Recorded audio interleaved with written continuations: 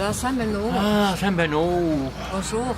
Donc vous êtes ici pour présenter la rétrospective sur le cinéma mongol pendant ce Festival international des cinémas d'Asie. Que pensez-vous de cette rétrospective? Та өнөөдөр энэ Азийн олон улсын Азийн киноны фестиваль Монгол киноны одоо фокусыг танилцуулахаар ирсэн тийм ээ. Энэ талаараа та ямар сэтгэлтэй байна вэ?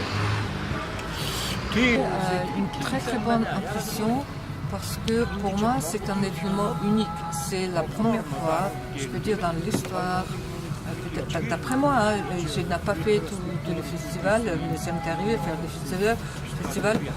On n'a jamais présenté autant de films mongols à la fois pendant un festival. Et je trouve que c'est grâce à un travail énorme de l'organisation de ce festival. J'estime énormément leur travail et je dois dire que ces 15 films choisis sont très bien choisis. Le spectateur a découvert non seulement le cinéma mongol, mais aussi son évolution et ce qui est très important, toute une évolution d'un pays, son parcours, son histoire, sa culture. Et je suis vraiment ravie de cela. Deuxièmement, je dois dire que le fait que tous ces films étaient traduits, sous-titrés en français, ça permet aux Français, ça donne un accès aux Français de découvrir le cinéma mongol. Et je pense que c'est une grande ouverture. Et donc, parmi tous ces films présentés, il y a sa fameuse trilogie de la mort. Pourquoi avoir réalisé une trilogie sur ce sujet? Parce qu'il aurait pu choisir la vie, l'amour, d'autres sujets. Pourquoi la mort? Par rapport à la trilogie, dans ma jeunesse, j'avais déjà les idées pour ces 3 films. En ce qui concerne le sujet, le titre global de la trilogie que j'ai appelé Au bord de la mort, c'est parce que 3 questions m'embêtaient beaucoup. Comment dire ça? Donc j'ai été souciée avec 3 problématiques. Premier sujet, c'est le sujet de la répression. La répression qui a eu lieu en Mongolie de 1937 à 1940. Et pendant cette période, la Mongolie a exécuté nombreuses personnes et ils ont vraiment effacé l'existence des meilleurs d'entre nous, des intellectuels, des officiers, des religieux. Et tous ces gens, soit étaient jetés dans la prison, soit étaient exécutés. Et aujourd'hui, notre société n'est pas encore guérie. Il y a leurs descendants, leurs enfants, leurs petits-enfants vivent sous cette tragédie. Ils portent les traces, les séquelles de cela. Et je voulais faire un film à leur mémoire, aussi rendre hommage à ceux qui sont restés en vie, à leurs descendants. Troisième sujet, aussi c'est un sujet qui m'intriguait beaucoup dans ma jeunesse parce qu'on parlait beaucoup d'apocalypse éventuelle et j'étais toujours très intéressée d'imaginer mais qu'est-ce qui va rester, qu'est-ce qui va rester sur cette planète après un tel phénomène. Et j'ai essayé d'imaginer, inspiré d'une légende, parce que l'apocalypse, c'est un problème universel. Et je voulais faire un film qui ne concerne pas la Mongolie. J'ai imaginé un pays, j'ai imaginé un temps imaginaire pour montrer ce désastre et quel sera le souci d'un être humain qui serait en voie de disparition. Et donc, en troisième question, c'est aussi un problème qui me préoccupait beaucoup, c'était l'enfance. L'enfance, c'est un âge où un être humain doit être heureux de vivre, de goûter vraiment ce que c'est le bonheur. Mais en réalité, partout dans le monde, pas qu'en Mongolie, les enfants, il y a des enfants malheureux qui portent un poids très lourd malgré leur âge. Et je voulais en parler, je voulais aussi laisser le message. Attention, il faut protéger l'enfance, il faut rendre leur bonheur tel qu'ils méritent, les enfants. Et je pense que cette trilogie est sortie en Mongolie. Et comment ça a été accueilli par le public, par la presse, par le gouvernement Ces trois films ont été quand même assez... ont fait beaucoup de bruit, on peut dire. Oui. Parce que, j'imagine. Oui, ça fait une telle sensation. Et, pourquoi? Parce que j'ai tourné ces trois films très rapidement, dans les années début 90. Et donc c'était vraiment l'occasion de le faire. Parce que toutes ces années, j'ai porté ces idées en moi, mais je ne pouvais pas. Je savais que ça ne marcherait pas de toute façon. Ça n'a pas marché, mes tentatives. Et donc, en 90, il faut imaginer que c'était le moment de changement, de perestroïka, donc tout commençait à s'ouvrir, mais un petit peu, c'était le début de changement. Donc j'ai profité vraiment de faire mes trois films. Et comme il faut comprendre que partout, il y avait une ouverture. Tous les cinéastes, les artistes, ils ont commencé à créer.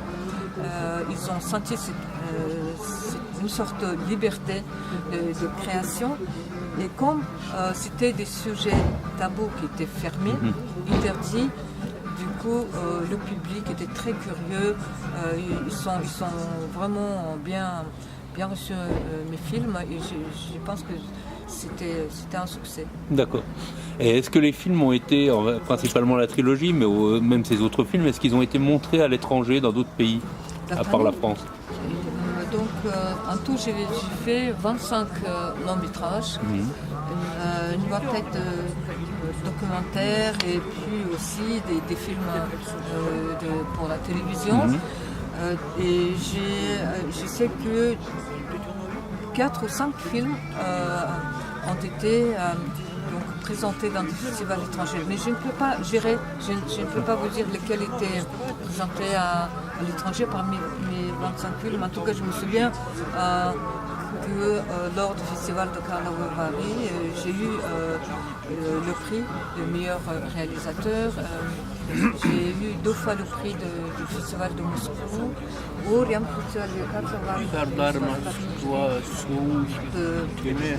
festival de Séoul, de Tashkent. Belgrade aussi. D'accord. Et est-ce que c'est dur pour un réalisateur mongol de trouver des distributeurs dans d'autres pays? Je ne me suis jamais occupée de la distribution à l'étranger parce que jusqu'en 1990, nous avions juste une grande monopole d'État, le studio Mongol Kino. Mon travail en tant que réalisateur, c'était tourner mon film. Et après, c'est l'État qui s'occupe de la distribution partout, à l'échelle nationale, le billetterie, tout ça. Je ne sais pas comment ça marche. Voilà, ça marchait comme ça. Et après 90, ce système d'État, complètement, comment dirais-je, était changé. Aujourd'hui, il y a beaucoup de productions privées qui font toutes sortes de stratégies ou politiques de commercialisation.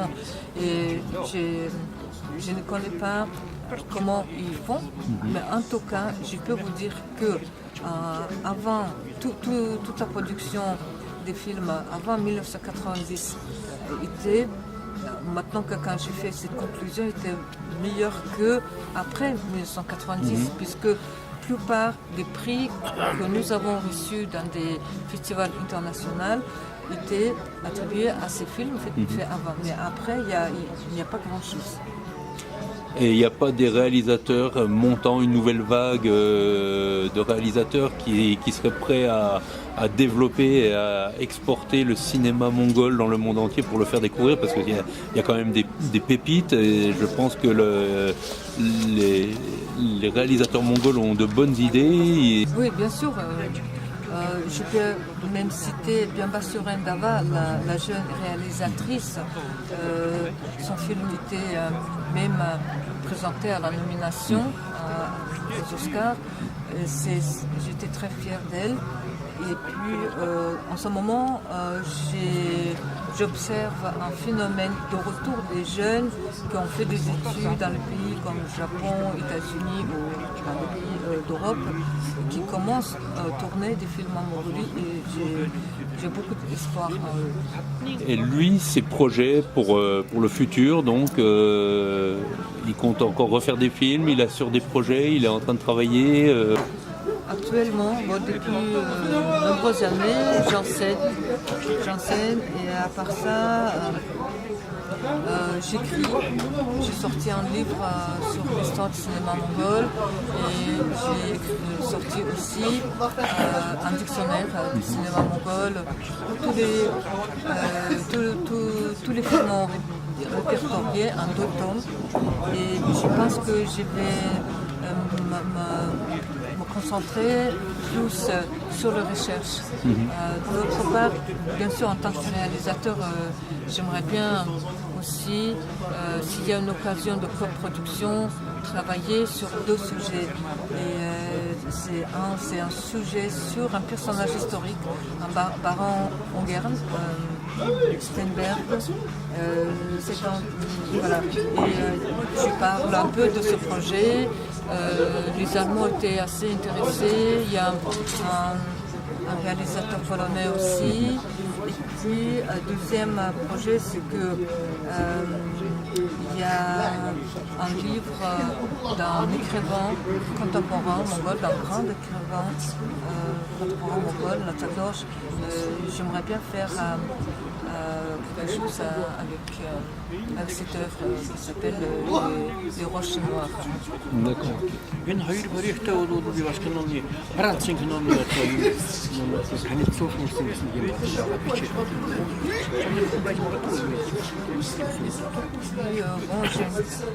Je pense que je vais faire un projet pour ces 2 sujets et proposer à des Français, si jamais quelqu'un qui serait intéressé, c'est vraiment partant. Et c'était la première fois qu'il venait en France, là? En France, c'est un production. Oui. Ouais. Et alors, que pense-t-il de la France? Un pays d'espoir pour le cinéma? France, mais bien sûr que je connais la France, mais en sens que je connais les films, le cinéma français. Et en tant que pays aussi, je connais la France depuis très très longtemps, à travers la littérature et puis à travers, à travers la culture aussi. Et c'est un pays que j'adore, et je dois dire que je suis un fan de la Landonnée. Et là, au retour à Paris, je vais absolument visiter la cinémathèque parce que l'ambassade m'a promis m'amener là-bas. Et donc, j'espère que je vais revenir encore en France. Oui, pourquoi pas avec un de ces 2 projets. Je suis très contente de mon séjour en France, de cette occasion, et j'espère qu'un jour je vais parler de ces 2 projets avec les Français. On ne sait jamais. Eh ben, j'espère. Ma foi, je vous souhaite une bonne fin de festival. Ça touche à sa fin. Merci pour votre sympathie et longue vie au cinéma mongol, hein, j'ai envie de dire. Je suis autant content parce que l'ambassade de Mongolie s'est déplacée avec son ambassadeur et aussi lors du festival, après les projections de mes films, j'avais l'impression qu'il y avait un intérêt pour mon film, les rues tièdes. Et puis on ne sait jamais si ce sera projeté quelque part. Peut-être j'aurai une occasion aussi de revenir en France. Ok, merci beaucoup. Disneyland бол энэ их сайхан тайван чөлөөтэй ийм гоё хоттой танилцлаа визуал хот гэж. Et aussi, je dois absolument dire que j'ai découvert une ville très agréable, très calme et très propre, la ville de Vesoul. Азийн болон улсын кино наадам гэж 24 дахь удаага энд зохиогдож байгаа ийм менин бие баяртай байгаа. Энэ фестивалийг зохион байгуулж байгаа оролцож байгаа бүх хүмүүст бол би чин сэтгэлийн талаар илэрхийлж баярлалаа. Et je dois absolument remercier les organisateurs de ce film pour ce succès et aussi toute son équipe pour ce travail énorme à organiser et réussir ce festival. Ok, merci. À bientôt. За юм байна да гэж юу.